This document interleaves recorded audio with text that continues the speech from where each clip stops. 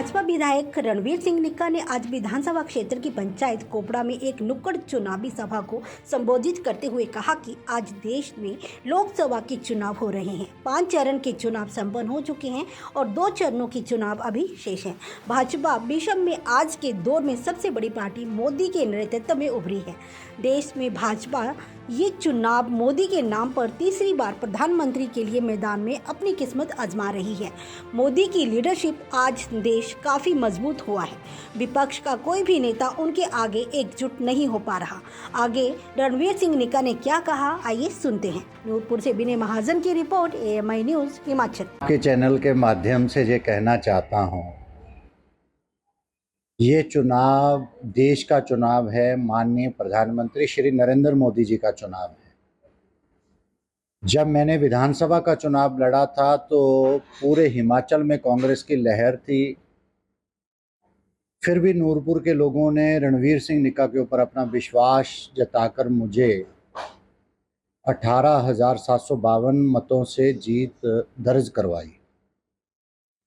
इस बार लक्ष्य हमने 40,000 का इसलिए रखा है कि माननीय श्री नरेंद्र मोदी जी तीसरी बार देश के प्रधानमंत्री बनने जा रहे हैं। ये देश का चुनाव है, हमारा भारत विकसित हो, हमारा भारत विश्व की तीसरी अर्थव्यवस्था बने, हमारे युवाओं को रोजगार मिले, हमारे माताओं बहनों को स्वास्थ्य सुविधा मिले, अच्छी शिक्षा मिले, हर गांव में प्रधानमंत्री ग्रामीण सड़क योजना के तहत लोगों को लाभ मिले, सड़कें बने, नेशनल हाईवे 4 लेन बने और हर जिला में मेडिकल कॉलेज जिस तरह हमारे बना है, एम्स जैसे संस्थान हिमाचल प्रदेश को मिले। इसलिए हमने लक्ष्य रखा है कि हर वर्ग का ख्याल रखते हुए माननीय श्री नरेंद्र मोदी जी को नूरपुर से 40,000 मतों से हम बढ़त दिलाएंगे। हमारे डॉक्टर राजीव भारद्वाज जी हमारे लोकसभा के प्रत्याशी हैं। पिछली बार भी नूरपुर ने कोई कमी नहीं छोड़ी। 2019 का जब चुनाव था तो तब भी लगभग 36,000 मतों से यहाँ पर भारतीय जनता पार्टी ने बढ़त बनाई। तो इस बार विधायक उनका नूरपुर से है। 40,000 वोटों से हम ज़्यादा जो मत हैं भारतीय जनता पार्टी के पक्ष में दिलाएंगे। इसलिए हम दिन रात मेहनत कर रहे हैं। चाहे माननीय राष्ट्रीय अध्यक्ष जगत प्रकाश नड्डा जी का कार्यक्रम हो, चाहे हमारे प्रत्याशी के नुक्कड़ बैठकें हों, चाहे संगठन का कार्यक्रम पन्ना प्रमुख सम्मेलन हो, हर सम्मेलन में बढ़ चढ़कर हमारा भारतीय जनता पार्टी का कार्यकर्ता उत्साह के साथ, पूरे जोश के साथ पार्टी के कार्यक्रमों में आगे आकर पार्टी को जीत दिलाने के लिए दिन रात मेहनत कर रहे हैं। सर, ऐसे है, कांग्रेस के जो प्रत्याशी हैं उनका कहना है, जो यहाँ से पूरे विधायक हैं उनका कहना है कि जो उनके नेता आनंद शर्मा हैं वो राष्ट्रीय स्तर के नेता हैं। आपके नेता भी कबीना मंत्री के जो चेयरमैन पद पर विराजमान रहे हैं, उन्होंने कुछ नहीं किया।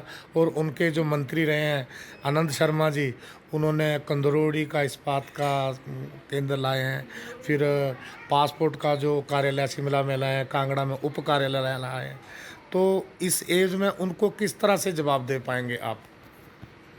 देश के ऊपर कांग्रेस ने 70 साल राज किया, लगभग 60-70 साल राज किया। अब कांग्रेस का जनाधार दिनों दिन नीचे गिर रहा है।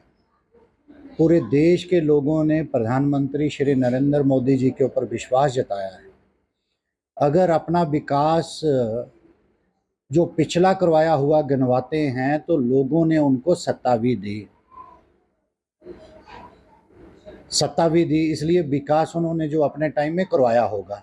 मगर जो भारतीय जनता पार्टी का 10 साल का कार्यकाल है, चाहे किसान सम्मान निधि, आयुष्मान भारत कार्ड, 80 करोड़ भारतवासियों को फ्री में राशन देना, प्रधानमंत्री ग्रामीण सड़क योजनाओं के साथ गाँवों को जोड़ना, 4 लेन नेशनल हाईवे बनाना, हाइड्रो प्रोजेक्ट बनाना, एम्स बनाना, मेडिकल कॉलेज बनाना, अनेकों संस्थान जो है भारतीय जनता पार्टी ने खोले।